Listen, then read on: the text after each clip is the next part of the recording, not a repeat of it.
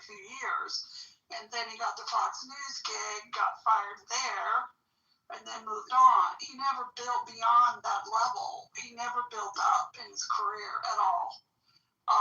He got an ego stroke from Elon when he left Fox News to come on X or take the money, and he decided to go with X because he would get 150 million followers very quickly.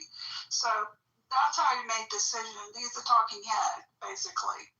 But he's never moved into management. He's never demonstrated that capability. If he had that capability, he would have been moving up the food chain. He didn't. What do you mean he managed a huge show on Fox News for years that made him $100 million? The guy is incredibly successful. But he was never in the executive level. With the guy in the suit in the control booth, the guy still is a businessman. I mean, it's so easy to, criticize Tucker Carlson, but for God's sakes, he's one of the only talking heads that point out anything of any real substantial interest. Well, he's a businessman. I mean, it's so easy to, criticize Tucker Carlson, but for God's sakes, he's one of the only talking heads that point out anything of any real substantial interest. Well, I would say that he's very biased. Hold on, Southern. What interest, John, is it in discussing anything at all regarding some avant-garde person that nobody's ever met, which is the Shia KGB trained nun, allegedly from the West Bank, that beat up monks with Arafat, who nobody's heard of in 25 years? What strategic benefit was her interview? Or the Liberation Theology Lutheran priest, who's not a priest, but he's the pastor, supposedly from Bethlehem, that lied the entire interview with Tucker?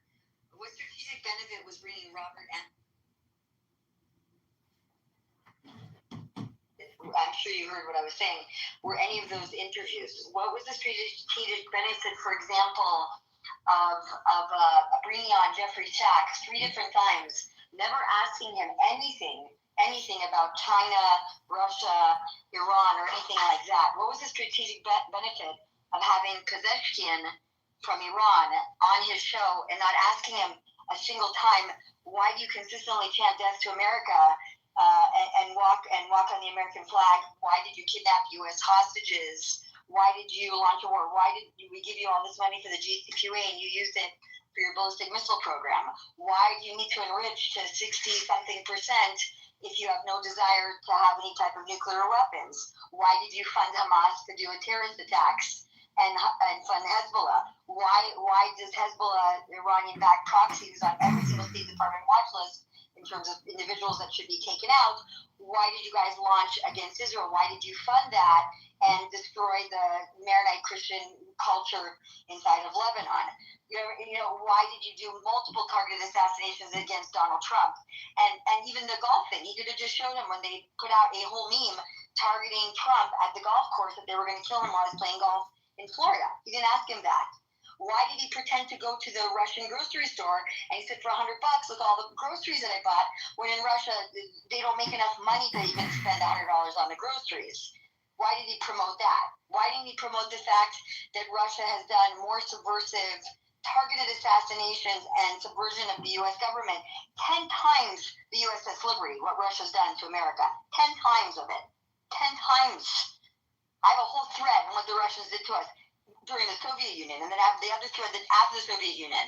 And not only in terms of espionage, but stealing money from us, hacking us.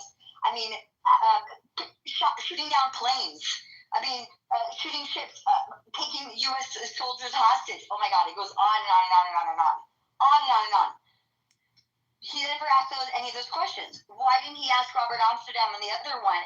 Why did he lie and ask Robert Amsterdam, the guy who was on his show, who he speaks to more offline than online? Why did he bring on Daryl Cooper in August, prior to the launch of the campaign for J.D. Vance and Trump, who's a Holocaust revisionist, who literally caused the entire administration to have to scramble to see whether or not they were going to allow themselves to go on Tucker's 16-week tour that was supposed to be promoting people from the cabinet for the rise. They had to have J.D. Vance, the president, all these people make statements, okay, including Don Jr. had to make statements because he brought on Daryl